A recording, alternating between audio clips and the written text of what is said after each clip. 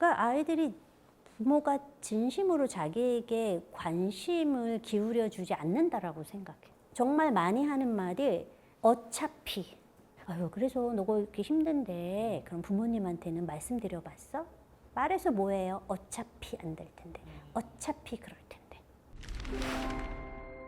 안녕하세요. 주작가의 스몰빅 토크 코너입니다. 오늘의 인터뷰인은 EBS 부모, SBS 우리 아이가 달라졌어요 등의 방송, 또 대중 강연, 또 대학 강의 등 여러 곳에서 이제 30여 년간 부모님들의 육아 멘토로 활발히 활동 중이신 이보연 작가님입니다. 저희 시청자분께 인사 부탁드릴게요. 네, 안녕하세요. 반갑습니다. 이보연입니다. 아이들 상담하고 부모님을 교육하는 일을 하는 사람이고요. 그래서 현재는 이보연 아동가족 상담센터의 소장으로 일하고 있습니다. 네, 반갑습니다. 네, 이번에 출간하신 이제 책의 부제를 보니까 내 아이의 행동에 숨은 의도를 찾는 육아 수업이라고 쓰여 있어요. 그래서 이제 우리 애는 도대체 왜 이런 행동을 할까? 누굴 닮아서 이런 행동을 하나? 이제 이런 좀 내 마음처럼 행동하지 않는 아이들 때문에 답답해 하시는 부모님들이 많으실 것 같아요. 그래서 이 아이 행동 속에 숨은 의도를 찾는 것, 어떤 본질적인 의도를 찾는 게 왜 이렇게 어려운 걸까요? 같은 사람인데. 지금 질문하신 그 내용에 답이 있어요. 내 마음 같지 않은 부모가 부모 마음으로 생각해서 그래요. 아이는 개별화된 어떤 인격이잖아요. 개별화된 존재잖아요. 자기 생각이 있어요. 바로 어제 따끈따끈하게 제가 상담을 한 케이스를 보면 이제 부모님이 이제 초등학교 이제 2학년 올라가는 아이인데 진짜 걔는 너무 사소한 거에 짜증 화를 낸다. 별거 아닌 거에 어떤 일이 있었냐라고 물어봤더니 이제 설을 맞아가지고 친가를 가잖아요. 그래서 그 동생이 있는데 엄마가 얘는 한복이 있어가지고 동생한테만 한복을 새로 사줬대요. 그러면 이제 얘가 섭섭해할 거 아니에요. 그래서 너는 한복이 있으니까 너는 대신 다른 옷을 사줄게. 그래서 얘가 알았다 그랬대요. 그래서 합의가 됐대. 그리고 이제 간 거예요, 할머니 집에. 근데 엄마가 깜빡 잊고 한복을 안 챙겨간 거예요. 그리고 거기 갔는데 사촌들이 왔어. 근데 사촌 애들이 한복을 입고 온 거야. 그러면서 이제 세배를 딱 시작을 하는데 그때부터 얘가 울기 시작한 거예요. 엄마는 너 사준다 했잖아. 우리 다 얘기가 된 거잖아. 너 그때 오케이 했잖아. 근데 왜 울어? 그러면서 이해가 안 된다라는 거예요. 그래서 나는 완전히 이해되는데 그 순간 아이는 너무 속상한 거예요. 모든 사람들의 관심이 한복을 입은 이쁜 동생들한테 관심이 쏠려 있고 자기는 거기에서 밀려난 게 서러운 거야. 부모에게 막 떼를 쓰거나 막 그런 게 아니라 그 순간 너무 슬퍼. 그래서 어떻게 보면은 그때 그냥 부모님이 아이 마음만 헤아려 줬다면, 아이고 다 한복 입었는데, 아이고 또 엄마가 또 깜빡 잊고 안 챙겨와서, 그래서 좀 서운했구나. 이렇게 해줬다면, 엄마 이러면서 끝났을 수 있는 건데, 공감을 해줬다면. 그렇죠. 그래서 어떻게 보면은 아이의 행동에도 분명히 의도가 있어요. 근데 우리가 그런 거를 생각하지 않고 쟤 왜 저래 진짜. 미치겠어. 이해가 안 돼. 이렇게 되면은 부모 자녀 사이의 갈등이 너무 심해져서 아이도 힘들 뿐더러 부모님도 굉장히 힘들어지는 일들이 생겨요. 말씀 주신 사례를 이제 쭉 들으면서 약간 실마리가 이제 하나씩 좀 보이기 시작하는데 우선 이제 30년 정도 육아 멘토로 활동하시면서 진짜 많은 부모님들 상담을 하셨잖아요. 그래서 이제 부모님이라면 다들 뭐 한 번쯤 이게 내가 아이를 잘 키우고 있는 걸까? 이 걱정, 뭐 불안, 죄책감 이런 것들이 있으신 것 같아요. 그래서 특히 이제 저희 채널에 아무래도 뭐 초등 또 유아 자녀를 둔 부모님들이 많으신데 그 시기에 부모님들이 상담을 하러 오시면 주로 제일 많이 고민하시는 게 어떤 거예요? 생각보다 초등 시기에 부모 자녀 갈등이 되게 많아요. 왜 그러냐면 부모님이 이제 유아기에는 내가 이렇게 사랑으로 열심히 어떻게 보면 수발하면서 키웠잖아요. 그럼 이제 초등학생이 되면 얘 좀 컸다라고 생각해요. 그럼 이제 얘도 좀 자기 할 도리를 해야 돼. 내가 그동안 이렇게 사랑으로 키웠으면은 자기가 이렇게 가서 좀 숙제도 좀 알아서 조금 해야 하고 그래서 아이가 좀 컸다라고 생각해서 부모님은 이런 수준 정도의 행동을 하기를 기대하는데 사실 여전히 아이들은 어리고 아이는 여전히 부모가 자기 수발 들어주기를 원해요. 그래서 그런 것들 때문에 부모님과 어떤 감정적 충돌이 되게 많아요. 그래서 벌써 이제 한 초등학교 정도 가면 부모님들이 뭐라 그러냐면 크면은 괜찮을 줄 알았더니 이젠 정신이 너무 힘들다. 이런 얘기 되게 많이 하세요. 뭐 숙제 그리고 방과 후에 바로 집에 오느냐, 자꾸 약속 귀가 시간 안 지키는 거, 딴 길로 새는 거, 뭐 이런 부분 갖고도 굉장히 마찰이 많고 초등학교 정도 들어가면서 슬슬 이제 부모에게 반항을 하거든요. 그거는 발달상으로 아이들도 초등학교 정도 들어가게 되면 부모가 자기가 생각했던 것만큼 그렇게 현명하고 유능하지 않다라는 걸 알아요. 그러면서 이렇게 조금 말대꾸를 한다거나 하는 부분들이 조금 많이 일어나요. 이런 부분들이 제일 큰 고민이신 것 같아요. 그럼 혹시 그 말씀하신 내용 중에서 좀 기억나는 사례 있으실까요? 초등 3, 4학년이면 소위 말해서 이제 단과 학원을 이제 다니게 되는 거고, 사실 요즘은 초등학교 뭐 들어가자마자 영어, 수학은 기본으로 하게 되잖아요. 모두 다 그렇게 전문적인 학원을 다니게 되다 보니까 숙제의 양이 만만치 않아요. 그래서 이것도 최근에 상담한 아이가 걔가 저한테 이렇게 얘기를 하는 거예요. 엄마는 영어 숙제, 수학 숙제 이렇게 말을 하지만 영어 숙제가 하나인 게 아니고 수학 숙제가 하나인 게 아니고 영어 숙제 안에 단어 외우고 뭐 문장 쓰고 여러 개가 있어요. 그런데 엄마는 너무 쉽게 영어 숙제 해야지 마치 하나인 것처럼 얘기한다. 그래서 그거 가지고 사실은 엄마랑 굉장히 많이 부딪히는데 어머님은 이제 초등학교 1학년 아이인데도 뭐라 그러냐면 얘가 바짝 집중하면 1시간이면 해요. 그 초등학교 1학년 아이가 1시간을 내내 집중을 할 수 있나? 못해요. 학교 수업 시간이 1학년 40분인데 그것도 후반 가면 난리 부르스가 나는 거거든요. 그래서 이런 부분들의 어떤 갈등 때문에 여기서 화가 쌓이기 시작하거든요. 그럼 이게 무슨 일이 생기냐면 3, 4학년쯤에는 부모 자녀 관계가 굉장히 진짜 심각하게 돌아가요. 그러니까 이것도 아이의 욕구를 알지 못해서 그래요. 그러니까 아이도 공부를 막 못하고 싶고 이런 마음이 있는 게 절대 아니에요. 자기도 사실은 잘하고 싶어요. 그런데 조금 힘든 거야. 그래서 조금 속도 조절을 해줬으면 좋겠고 자기 힘든 마음을 알아줬으면 좋겠는데 너무 안타까운 거죠. 엄마도 그 돈과 아이 픽업하면서 쓰는 어떤 시간, 힘 굉장히 사랑하고 열심히 하는데 과연 저런 관심이 효율적인가? 라는 생각. 그래서 우리는 아이를 잘 보고 정말 속도 조절하는 것도 정말 많이 필요하세요. 이게 부모님이 싫은 경험을 일부러 시켜주려고 그런 게 아니잖아요. 부모님은 부모님대로 또 애들은 애들대로 최선을 다하고 있는데 이 뭔가 이 방식을 못 벗어나니까 안타깝죠. 그래서 선생님 애들을 많이 만나시니까 참 요새 애들 스트레스도 많이 받고 한데 애들이 그 하는 말 중에서 좀 가장 아이들이 많이 하는 말, 그러니까 뭔가 부모님과의 관계나 또는 이런 생활을 하면서 좀 가장 답답해하거나 어려워하는 말 뭐 이런 게 어떤 게 있을까요? 그러니까 아이들이 부모가 진심으로 자기에게 관심을 기울여 주지 않는다라고 생각해. 진심으로 관심을 가져주지 않는다. 정말 많이 하는 말이 어차피. 가령 아이가 저한테 어떤 불평불만들을 얘기해요. 막 이게 어쩌고 저쩌고 해서 아유 그래서 너가 이렇게 힘든데 그럼 부모님한테는 말씀드려봤어? 말해서 뭐해요? 어차피 안 될 텐데. 어차피 그럴 텐데. 그러니까 체념인 거예요. 무기력. 좀만 격려하면 잘할 수 있는 아이를 미리 싹을 죽여버린다. 그게 진짜 안타까운 거예요. 애들이 부모님이 진심으로 관심을 안 갖는다 이런 얘기를 많이 한다고 하셨는데 사실은 이 시대의 부모님만큼 아이들한테 관심과 투자와 이런 걸 하는 부모님 세대가 없었던 것 같은데 근데 왜 진심으로 관심을 가지지 않는다고 생각할까요? 부모의 욕구가 앞서기 때문이에요. 부모가 미리 정해요. 자신이 정해놓은 어떤 목표와 틀이 있어요. 그래서 거기에 굉장히 최선을 다해요. 그런데 아이들은 다 타고난 성질이라는 게 다르고 능력도 다르고 취향도 다를 수 있는데 그거를 무시하고 아 이게 좋은 거야, 이게 옳은 거야 라면서 아이를 거기에 끌고 간다라는 거예요. 거기서 아이들이 힘든 거예요. 정말 내가 원하는 게 무엇인지, 내가 정말 잘하고 싶은 게 무엇인지 이런 부분. 제가 예전에 이렇게 본 통계 자료가 있었는데 대학생들 이제 대학 졸업하고 대학원 진학을 굉장히 많이 하잖아요.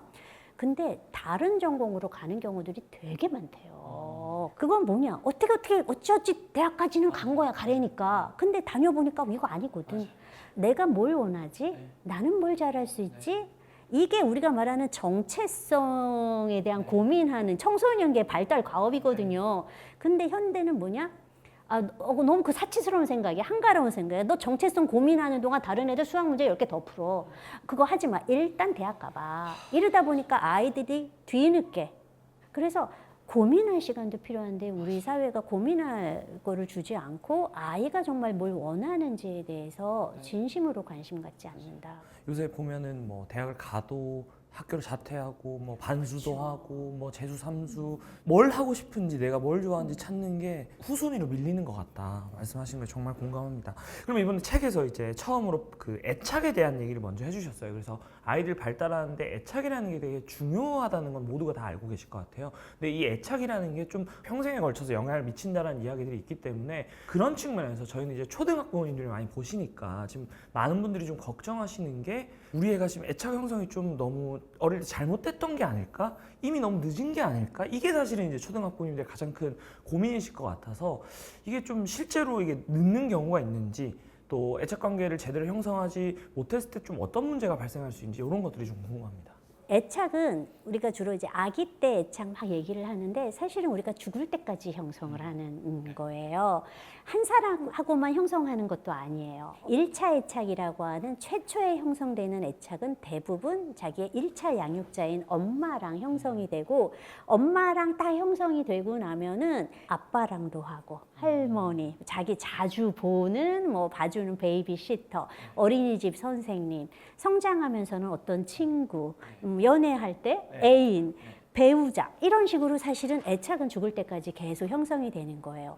만일 우리가 애착 대상이 여러 명일 경우에는 우리는 훨씬 더 안전한 삶을 살아요. 왜냐하면 애착 대상은 우리가 안전 기지의 역할을 한다. 자기가 위험할 때 뭔가 자기를 지켜주고 보호해주는 존재로서 애착 대상의 기능을 하는 거기 때문에 여러 사람과 애착됐다면은 안전 기지가 많은 거잖아요. 한마디로 방공호가 여러 개이기 때문에 문제가 생길 때 피할 수가 있다라는 거예요. 그래서 우리는 이제 여러 명과 이제 애착을 맺게 도와줘야 하는데 애착이 중요하다 그러니까 너무 부담감을 많이 가지면서 부모님이 나 우리 애랑 막 이러면서 뭐 이번 생은 글렀나요? 막 이렇게 하실 수도 있는데 그렇진 않아요. 제가 애착은 평생을 통해서 형성이 돼야 하는 거거든요.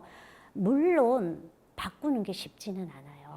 아이들이 한 만 3세 그리고 늦어도 만 5세 정도가 되면 자신의 애착 경험을 통해서 나름 그 자기가 어떤 사람인지 타인은 어떤지 세상은 어떤지에 대한 틀을 그냥 형성을 해요. 불안정한 애착을 가진 아이는 그 이미지를 계속 갖고 가는 경향이 있어요. 가령 엄마는 나를 좋아하지 않아, 사람들은 나를 좋아하지 않아 이렇게 생각을 하면 커서도 우연히 일어난 사고, 그냥 길을 가다가 누가 바쁘게 가면서 어깨를 탁 쳤어요.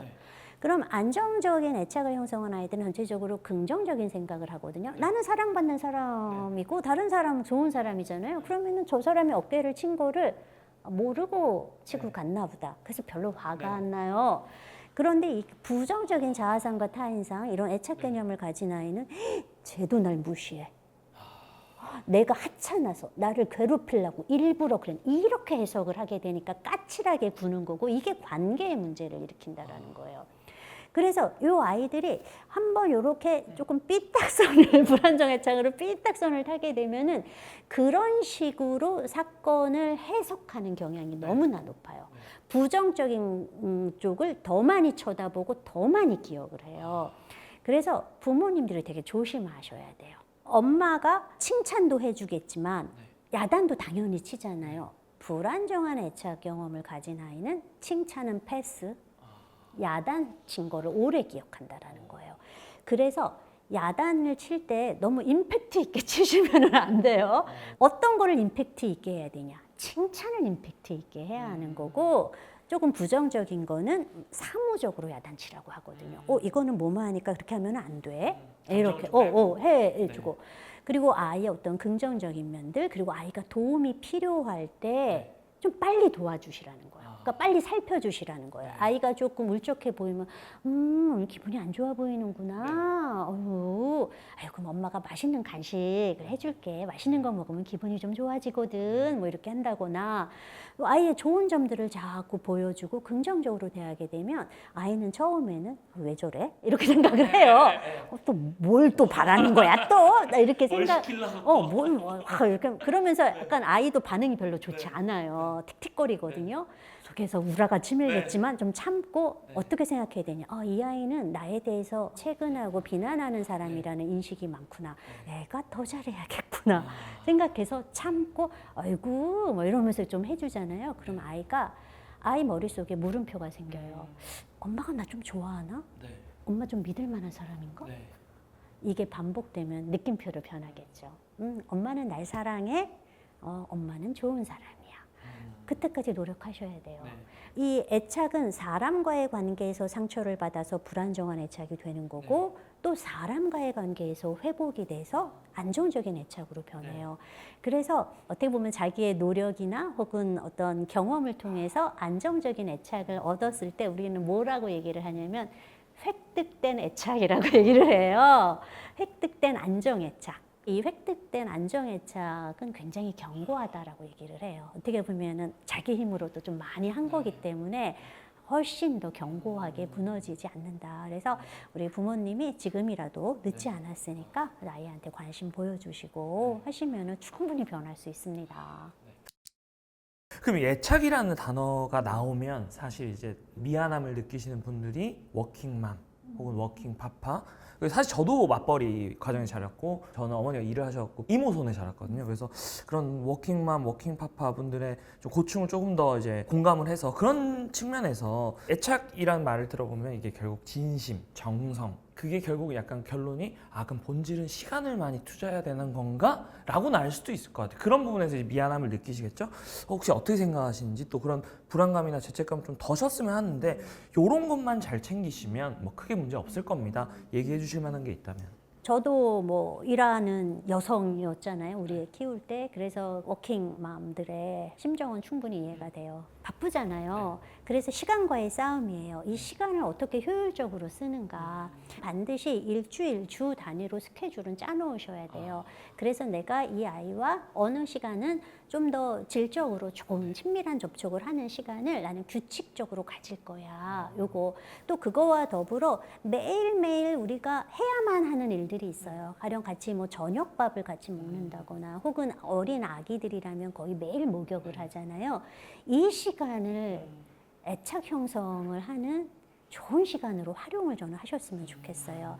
밥을 먹으면서 아이랑 뭐 장난을 치거나 눈을 마주치거나 이런 부분을 통해서도 애착이 형성이 되는 거고 목욕시키고 로션 발라주는 거는 가성비가 너무너무 좋은 활동이에요. 애착 형성에. 사람의 체온과 비슷한 그 온도에 따뜻한 물에 이렇게 해서 이렇게 접촉이 이렇게 이루어지면은 옥시토신이라는 호르몬이 막 분비가 돼요. 이 옥시토신은 어떠한 별명을 갖고 있냐? 사랑의 호르몬. 그리고 사회성의 호르몬이라는. 그러니까 이 호르몬이 나오면서 유대감이 되게 더 많이 강화가 돼요. 그래서 이렇게 만져주는 것들이 정말 짧은 시간에 가장 애착을 강력하게 형성할 수 있는 거예요. 그래서 특별한 어떤 이벤트보다 매일매일 루틴으로 하는 활동들을 조금 더 살갑게 하시는 것만으로도 아이는 굉장히 행복해하고 애착은 강화될 수 있습니다. 어떻게 보면 모든 시간을 다 쓰기가 어렵다면 최소한의 고정된 시간과 루틴을 확보하거나 효율성을 그렇죠. 그러면 이제 기질 얘기가 나와서 좀 더 기질 얘기를 해보면 이게 사실은 이 부모님들이 다 성인이고 이 경험이 많으시니까 아이의 기질이 보이기도 하고 이해도 또 머리로 되잖아요. 근데 이게 부모님 기질과 아이의 기질이 너무 맞지 않는 경우가 있을 수 있고 사실은 뭐 이게 부부다 혹은 연인이다 뭐 친구다 이러면 성격 안 맞으면 선을 긋고 뭐 또는 인정을 하고 또는 싸우기도 하고 그렇게 해서 풀 수 있을 텐데 이 애들은 애들은 그게 안 되잖아요. 그런 측면에서 부모님이 좀 이 관계가 나빠지지 않게 유연하게 대처할 수 있는 방법 이런 게 있을까요? 요즘과 같이 어떤 부모 교육에 대한 어떤 정보, 부모 책임 막 이런 것들이 강조되다 보니까 열심히 노력하지만 지치시기도 해요. 그래서 상담을 이제 오시는 부모님들 중에서 막 이제 우리 애가 이러이런 막 얘기를 한 다음에 한숨을 탁 쉬시면서 뭐라고 얘기를 하냐면 선생님도 뭐 다 부모 잘못이라고 하겠죠. 이렇게 얘기하시는 분들이 되게 많아요. 이거는 누구의 잘못을 가리려는 게 아니고요. 힘의 원리로 봐야 돼요. 아이는 발달적인 면에서 부모와 비교가 안 될 정도로 사실은 아래에 있어요. 그래서 아이는 부모를 맞추거나 부모를 이해하는 게 아이에겐 너무나 어려운 일이에요. 그래서 제가 상담했던 경우는 아이는 너무 느려요. 근데 부모는 좀 급해. 엄마가 어디 뭐 외출을 한다. 그러면 야 빨리 준비해야지. 그럼 너무 느려. 숙제를 해도 느려.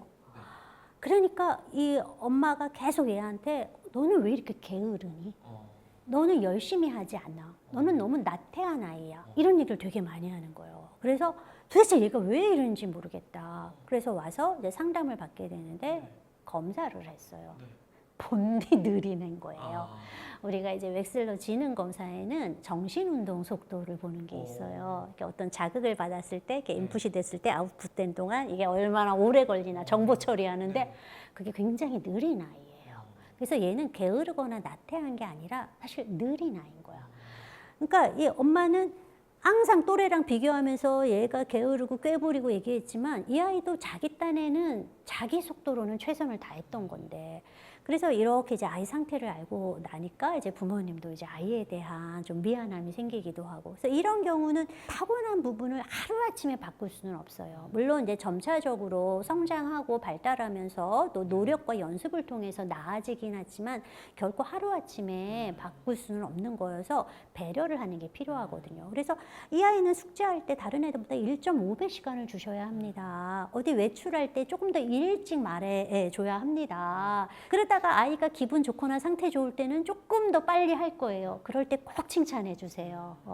칭찬을 통해서 아 그래도 내가 칭찬받으니까 좋네. 나도 조금 할 수 있네 하면서 아이가 더 할 수 있으니까요. 그래서 그렇게 좀 아이의 어떤 기질들을 잘 알고 부모님이 좀 그거를 고려한 이거는 다윗과 골리앗의 싸움처럼 대등한 관계가 아니니 좀 더 많이 배우고 좀 더 자기조절 능력이 있고 좀 더 현명한 어른이 좀 더 도와줘야 하는 것이다. 저는 이 개념으로 좀 이해를 해주셨으면 하는 바람이에요. 책 말머리 보니까 이제 따님이 얘기가 나와서 또 굉장히 까다롭고 유별 났었다고 이제 짧게 적어주셨더라고요. 그래서 좀 기억에 남는 사건. 대단하네요. 정말 더 힘들었던 거는 낯선 곳에 대한 경계가 너무너무 심해요. 그러니까 소위 말하는 낯가림. 친척들 사이에서 굉장히 유명한 아이예요. 뭐 그 명절이나 이럴 때 보면 친척 집을 가잖아요. 이게 막 기억나는 게 한 두 돌 좀 안 됐을 때 친척 집을 갔는데 그날은 또 유난히 사람들이 많이 모였어요. 그러니까 얘한테는 이게 얼마나 도전이었을까라는 생각이 드는데 근데 하필 거기에 이제 큰 할머니가 오셨는데 머리가 다 힘 반짝반짝 은발이셔.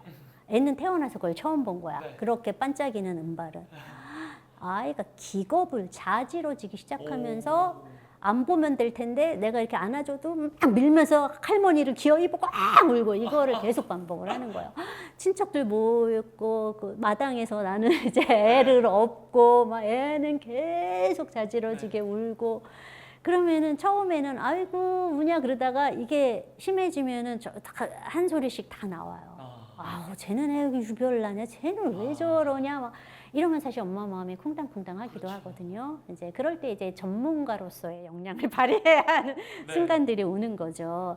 이 아이가 여기에 익숙하게 만들어야 되는 거거든요. 저 불안은 낯선 자각이라서 불안하겠지만 저 불안이 실질적인 위협을 주는 불안은 아니에요. 할머니가 얘한테 해코지를 하지는 않을 테니까.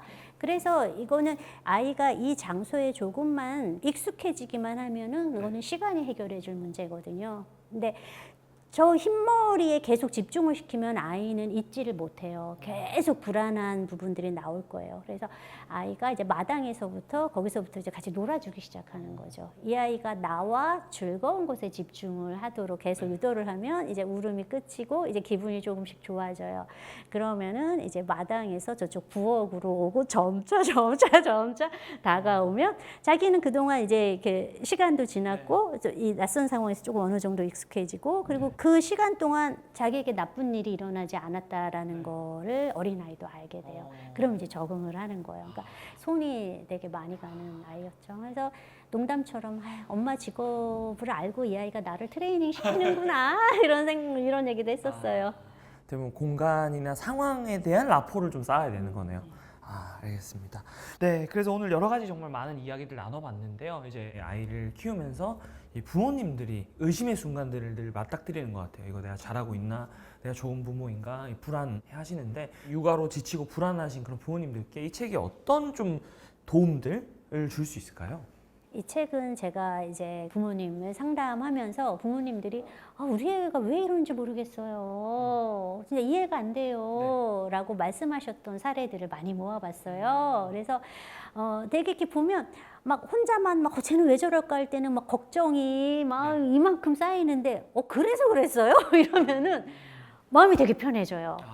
그러니까 아이의 행동의 의도를 알게 되면 아이에게 더 이상 불안해하거나 아이를 미워하지 않게 돼요.